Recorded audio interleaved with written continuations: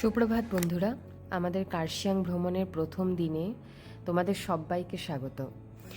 কার্শিয়াং যাওয়ার পথে প্রথম দিন সকালবেলা আমরা যেখানে এসে ব্রেকফাস্ট করেছি সেই জায়গাটা আজকে তোমাদের সাথে শেয়ার করছি। এটি নরলা হোমস্টে অ্যান্ড রেস্টুরেন্ট।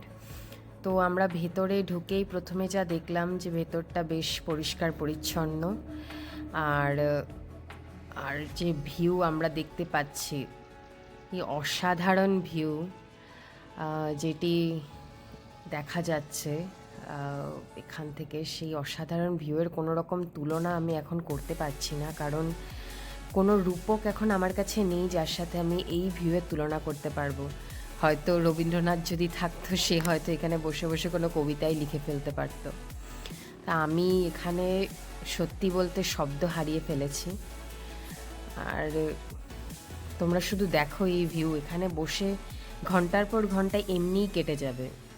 তুমি যদি চুপচাপ বসে তাকিয়েও থাকো, তাও হয়তো সময় কোথা থেকে কেটে যাচ্ছে তুমি নিজেই বুঝতে পারবে না। তাকিয়ে থাকতে থাকতেই সকাল থেকে হয়তো সন্ধে হয়ে যাবে।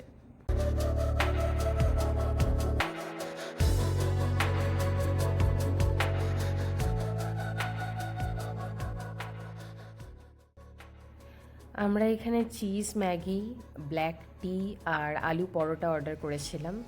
প্রত্যেকটা খাবার খুবই সুস্বাদু ছিল, আর এখানে বসে তো খাবারের স্বাদ আরও বেড়ে গিয়েছিল, কারণ এইরকম একটা দৃশ্য দেখতে দেখতে খাবার খাওয়া, তো সেই খাবারের স্বাদ যেন অসম্ভব রকম বেড়ে যায়।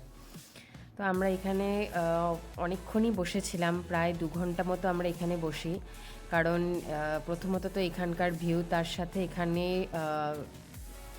আবহাওয়াটাও আস্তে আস্তে ঠান্ডা হতে শুরু করে দিয়েছিল, কারণ মেঘ জমতে শুরু করেছিল, একটা ভেজা হাওয়া দিতে শুরু করেছিল।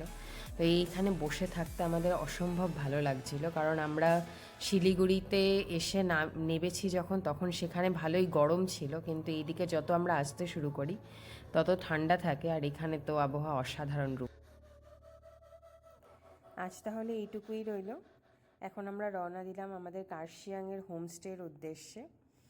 ভিডিওটি ভালো লাগলে লাইক করো, আমাদের চ্যানেলটিকে সাবস্ক্রাইব করো, আর ভিডিওটি তোমাদের বন্ধুদের সাথে শেয়ার করো। পরের ভিডিওতে আমরা নিয়ে আসবো কার্শিয়াংয়ে আমরা কোথায় কোথায় সাইট সিইং করলাম সেই ডিটেলসগুলো। তো till then, bye bye, stay tuned.